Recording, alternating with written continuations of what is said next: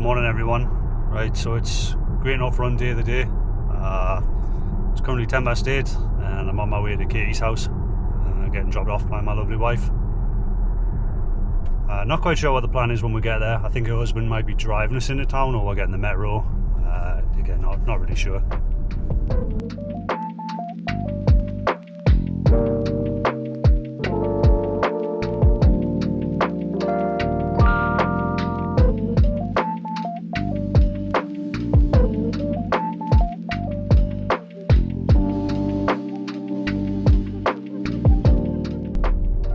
View really, if you think about it, quite nice.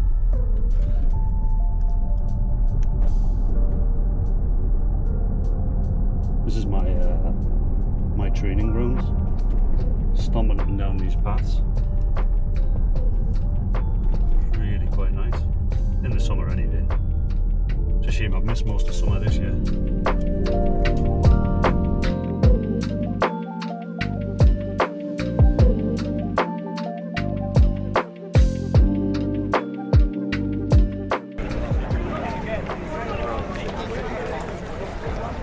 I never ever use the bag as much as I never bring enough shit. Time bridge guy. Paul's got a camera. She does. Not anymore, mate. Even then I wasn't ever fast. Right, morning guys. Made it down to the Green Off Run, super early actually, it's like 9:10. Normally I get the bus in, so I'm about an hour after this. I don't know if you can hear the generator, which is obviously lovely. I apologise. But we are early, so we're going to, well, I don't really know what we're going to do, probably head into the pen straight away. So we made our way straight down into the corral areas. We sat around for a little bit, waited for the, because it was still quite a long time before the race. I think it was about 2 hours. So we waited around a little bit and then we decided to head straight into the pen as a couple of people started making their way in. The pen's quickly filled up though. As you can see, there's a lot of people, but we were quite near to the front of our pen, in the D section. Not long after that, we started with the warm up. They do a lot of arms in the warm up. Then obviously we actually had quite a lot of room this year. I don't know if it was because we were right at the front of the pens, and I'm not normally there. As I said, I'm not normally there that early. So we did have quite a lot of room to warm up. As you can see, everyone's, well, not everyone, but you know, quite a lot of people joining in with the warm-ups. And then not long after the warm-up, you're basically moving forward because the men go off and the full race goes off with the men. So we were funneling our way down to the front. And then getting a little high five from Nick Pope, a couple of Newcastle players, why not? And then from there on, the half marathon starts and we get going.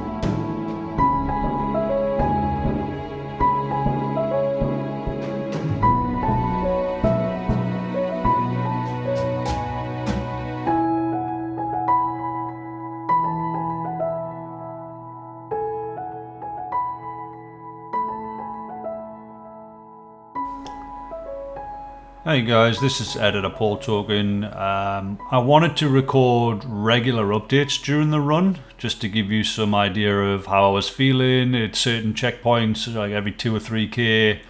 But I didn't manage to do that. I knew early on at about 5k that I was probably putting in a little bit too much effort, or the run felt harder than I wanted to be at that distance. So I was just trying to preserve energy. I didn't really want to talk to the camera. I didn't really talk to Katie much. I wasn't a very good run partner. I was just trying to take energy from her encouragement and from all the crowd, which is absolutely brilliant. If you've never done the Great North Run, about 90% of the race has crowds around it. I mean, it's always really good. So yeah, I was just trying to conserve energy, so I didn't really do any updates. From about 10k, the race started to really get hard for us, and I had to dig really deep, head down and just power through, push out all those negative thoughts, and just try and stay on Katie's heels and, like I say, take all the energy from the crowd and from her, and just try and push through. Obviously, I wanted to get a sub 2 hours in this, and I was on for a sub 2 until about a mile from the end when I started to cramp up. And I know in the past, whenever I've cramped up, there's not really a lot I can do about it at that point. I'd hydrated really well. I'd tried to fuel. I'd been taking my gels, as I always do in training. The weather wasn't too bad. It wasn't too hot. It wasn't too windy. I'm not really sure what happened. I think I just haven't really been training at the intensity. Obviously, because my head hurts when I train at intensity to be able to do this run. But I really gave it a go. Hopefully cross country is going to help us with that, because obviously cross country starts in about 3 weeks, so hopefully that'll help us get some strength in my legs. So I cramped up about a mile from the end. I was getting cramp in my shins and in my calves, even my feet. I could barely put one foot in front of the other, even walking when I was trying to pick up the pace just to make sure I could get to the end a bit quicker. The cramp spikes were just absolutely getting us. I'd actually done pretty well up to the last mile. We'd made it to the roundabout, like literally a mile from the end. With time in hand, we were going to make the 2 hours. So, I'm really happy that I managed to dig in from 10k all the way till about 20k. It's over an hour of basically, powering on and just pushing out all the mental thoughts that make you want to stop. Every time I saw somebody walking, I wanted to join them.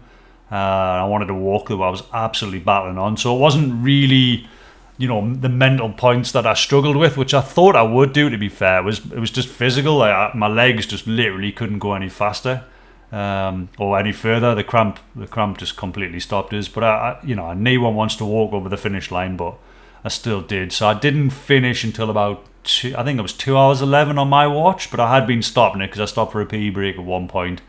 And obviously I had cramps, so I tried to stretch it out, even though I knew it wasn't going to do anything because I've cramped up before.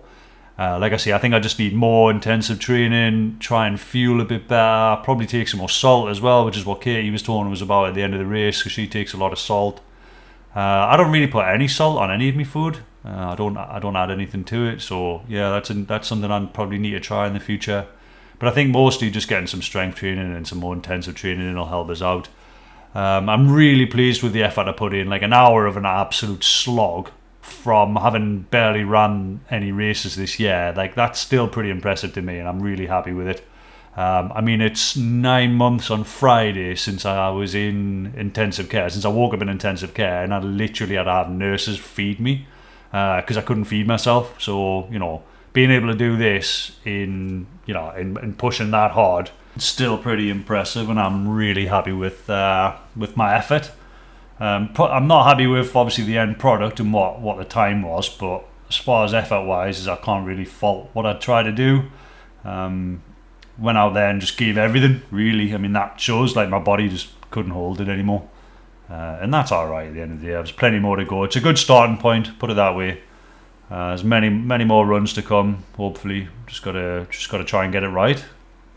And we managed to make it to the ferry just in time, which is one of the things I was worried about when I was cramping up, because I didn't want to get, because if you get stuck in the crowd, you can be stuck in a mile-long queue for the ferry and the metro and stuff, and I didn't want to, I really didn't want to let Katie down with that, so we made it to the ferry just in time. We literally got on it, and it drove off. Well, drove off. It went off down the river, and then we went for the pub.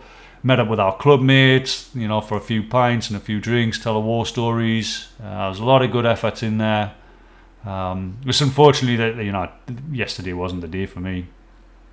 G&R just didn't happen the way I wanted it to, and that's alright. You know, at the end of the day, I'm still happy with where I am, what I'm doing. It's a good starting point, you know. I'm not just going to rock up here and run absolutely blistering times like I used to, and I think that's just something I've got to get used to.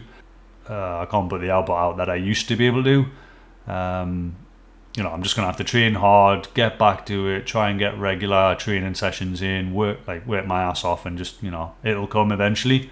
But I think just, you know, at the minute it's just too soon. But we'll get there. And I just wanted to say a massive thank you to Katie for helping me around the run. As you've probably seen from my other videos, my wife really wouldn't have been happy with me running this on my own. So yeah, just a huge thank you to Katie. Literally couldn't thank her enough. Amazing support, amazing friend. Really enjoyed running with her. Although I've let her down, obviously let myself down a bit because I wasn't able to do what we planned to do, but you know, there's many more to come hopefully. Yeah, and thanks to all you guys as well. Thanks very much for watching. As always, if you've got comments or anything, any questions, you know, if anyone needs any support, then throw it down in the comments. And just, yeah, thanks very much for watching.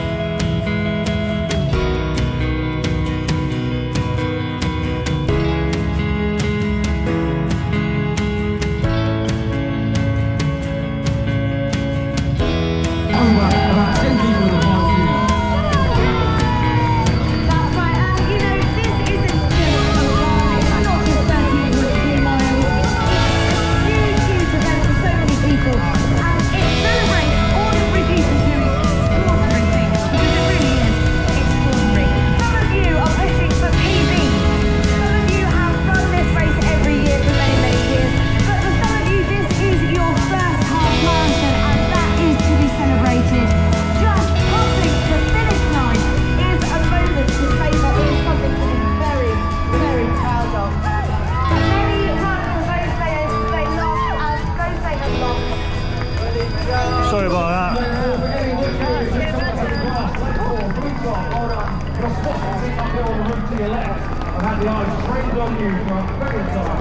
The cave from Oma. Fuck's sake. The ferry's gonna be fucking rammed as well. My bad.